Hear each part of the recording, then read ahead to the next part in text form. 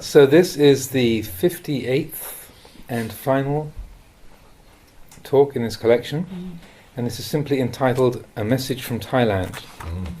And this message by Ajahn Chah was sent to his disciples in England whilst he was resident at a branch monastery called the Cave of Diamond Light, Wat Tham Sang Phet, just prior to the serious decline in his health during the rainy season of 1981.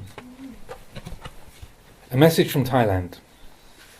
I have come up to Wat Tham Sang Phet for the rains retreat this year, mostly for a change of air as my health has not been so good. With me are a few Western monks, Santa, Babakaro, Pamuto, Michael and Samanera Gai. Also some Thai monks and a small number of lay people who are keen to practice. This is a pleasant and fortunate time for us. At the moment my sickness has subsided, so I feel well enough to record this message for you all. Because of this ill health I cannot visit England, so hearing news of you from some of your supporters who are staying here has made me very happy and relieved. The thing that pleases me most is that Sameto is now able to ordain monks. This shows that your efforts to establish Buddhism in England have been quite successful. It's also pleasing to see the names of the monks and nuns whom I know and who are living with Sameto at Chithurst: Anando, Viradamo, Sujito, Upano, Kitisaro and Amaro. Also Mechi's Rochana and Chandasiri. I hope you're all in good health and living harmoniously together, cooperating and proceeding well in Dhamma practice. There are supporters both in England and here in Thailand who help me keep up to date with your developments. I gather from them that the building work at Chithurst is complete and that it is now a much more comfortable place to live.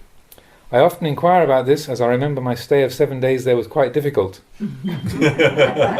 Laughter.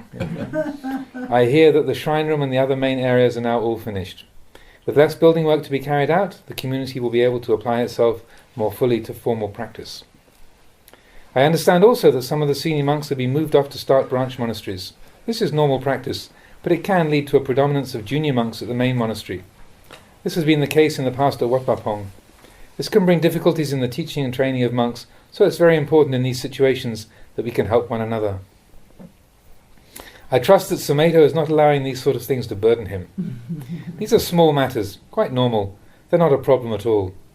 Certainly there are responsibilities, but it can also be seen that there are none. To be the abbot of a monastery can be compared to being a rubbish bin. Those who are disturbed by the presence of rubbish make a bin, in the hope that people will put their rubbish in there.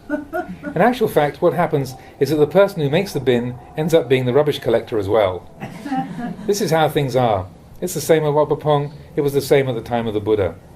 No one else puts the rubbish into it, so we have to do it ourselves. And everything gets chucked into the abbot's bin. One in such a position must therefore be far-sighted, have depth, and remain unshaken in the midst of all things. They must be consistent and able to persevere. Of all the qualities we develop in our lives, patient endurance is the most important. It is true that the establishment of a suitable dwelling place at Chithurst has been completed. The construction of a building is not difficult. A couple of years and it's done. What has not been completed, though, is the work of upkeep and maintenance. The sweeping, washing and so forth have to go on forever. It's not difficult to build a monastery, but it's difficult to maintain it. Likewise, it's not difficult to ordain someone, but to train them fully in the monastic life is hard. This should not be taken as a problem, though, for to do that which is hard is very beneficial. Doing only that which is easy does not have much use. Therefore, in order to nurture and maintain the seed of Buddhism which has been planted at Chithurst, you must now all be prepared to put forth your energies and help. I hope that what I've said today has conveyed feelings of warmth and support to you. Whenever I meet Thai people who have connections in England, I ask if they've been to Chithurst. It seems from them that there is a great deal of interest in a branch monastery being there. Also, foreigners who come here will frequently have visited Wat Nanachat and have news of you in England as well. It makes me very happy to see that there is such a close and cooperative relationship between Wat Nanachat, Wat Pong and Wat Chithurst. That's all I have to say, except that my feelings of loving kindness are with you all. May you be well and happy, abiding in harmony, cooperation and togetherness. May the blessings of the Buddha, the Dhamma and the Sangha always be firmly established in your hearts. May you be well. Ewan.